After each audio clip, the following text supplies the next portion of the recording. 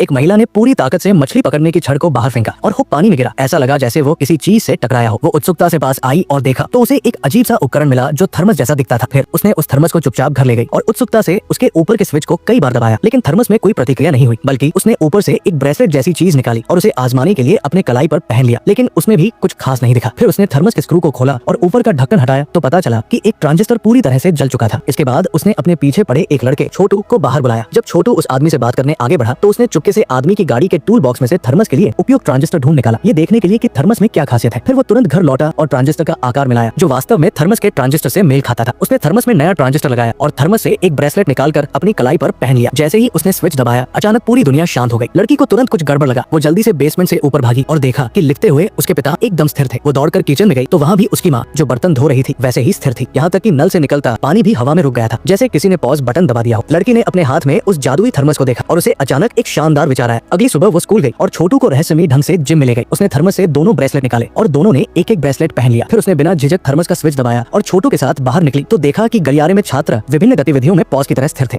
अब सबके फोन की बैटरी कितनी है कमेंट में बताएं। एक ही बैटरी प्रतिशत वाले दोस्त बन सकते हैं। छोटू ने हैरानी से पूछा कि सिर्फ वे दोनों ही क्यों हिलडुल पा रहे हैं। छोटी ने अपनी कलाई पर पहने धातु के छल्ले की ओर इशारा किया और बताया कि इसे पहनने वाले पर कोई असर नहीं होता। हालांकि छोटी को नहीं पता था कि पॉज का दायरा सिर्फ स्कूल तक है या पूरी दुनिया तक। दोनों स्कूल के बाहर भागे तो देखा कि पूरे कस्बे में सब कुछ पॉज हो चुका था। सड़क पर झुककर कुछ उठाने वाला बूढ़ा, गाड़ी में चढ़ने वाली महिला और साइकिल चलाने वाला गंजा आदमी सब उस पल की मुद्रा में स्थिर थे। फिर वे सड़क किनारे के बार में गए, वहाँ सबसे अच्छी वोडका पी और दोनों में अच्छी दोस्ती हो गई। इसके बाद वे सड़क के बीचों बीच गए और दिन दहाड़े मूली उखाड़ने लगे। मूली उखाड़ने के बाद छोटी तरोताजा हो गई और छोटू को लेकर व्यावसायिक सड़क पर पहुंची। वहां उन्होंने ब्रांड स्टोर्स में घुसकर महंगे सामानों को शॉपिंग कार्ट में भरा जो वे आमतौर पर नहीं खरीद सकते थे। फिर वे अमीरों के इलाके की सबसे शानदार विला में रहने चले गए। अगले एक महीने तक वे कभी कभी तीरंदाजी का अभ्यास करने निकलते, बाकी समय मूली उखाड़ते रहते। मुझे पता है आपको ये दृश्य पसंद नहीं, तो संपादक ने इसे अकेले देख लिया। दोनों इस तरह हर दिन एक दूसरे से चिपके रहे, लेकिन एक दिन दोनों एक दूसरे से उब गए। उन्होंने समय को सामान्य करने का फैसला किया, लेकिन स्विच दबाने पर कुछ नहीं हुआ। छोटी को तुरंत कुछ गलत लगा। वो थर्मस को खोलने ही वाली थी कि जाहिर तौर पर छोटू एक लड़के के तौर पर ऐसी बात कहकर कुछ निराश करता है। छोटी ने थर्मस का बाहरी आवरण खोला तो देखा कि अंदर का ट्रांजिस्टर फिर से जल चुका था। वे इंजीनियर के घर गए और उसकी गाड़ी के टूल बॉक्स में ट्रांजिस्टर ढूंढने लगे, लेकिन वहाँ कुछ नहीं मिला। फिर वे इंजीनियर के घर में घुसे और ट्रांजिस्टर की तलाश करने लगे। तभी छोटी ने अपनी माँ को इंजीनियर के घर में मूली उखाड़ते देख लिया। ये देखकर उसे शर्मिंदगी और गुस्सा दोनों हुआ। उसने गुस्से में माँ के सारे कपड़े बाहर फेंक दिए ताकि माँ के पास पहनने को कुछ न बचे। छोटू ने उसकी इस बचकानी हरकत को रोकना चाहा, लेकिन बात बिगड़ गई और दोनों में जोरदार झगड़ा हो गया। कुतिया मत कहो मुझे, तुम क्रिप्टो। इस तरह दोनों ने एक दूसरे को बहुत ठेस पहुंचाई। छोटू ने ट्रांजिस्टर छोटी को दे दिया और बिना पलटे चला गया। छोटी इंजीनियर के घर लौटी और थर्मस लेने गई। वहाँ उसने माँ के चेहरे पर खुशी देखी और याद आया कि माँ आमतौर पर उदास रहती थी। उसे लगा कि उसने शायद कुछ गलत किया। वो छोटू को ढूंढने निकली, लेकिन पूरे कस्बे में वो नहीं मिला। आखिर में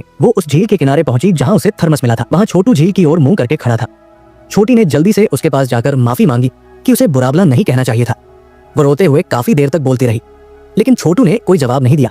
वो हैरान होकर पास गई तो उसे ऐसा दृश्य दिखा जो उसके दिल को तोड़ देने वाला था। छोटू ने अपना ब्रेसलेट उतार दिया था और अपनी कसम तोड़कर छोटी को अकेला छोड़कर इस दुनिया से चला गया था। ये देखकर छोटी का भी मन नहीं रहा। उसने थर्मस का स्विच दबाया और दुनिया को सामान्य कर दिया, साथ ही अपने दिल की आखिरी शुद्धता को बरकरार रखा।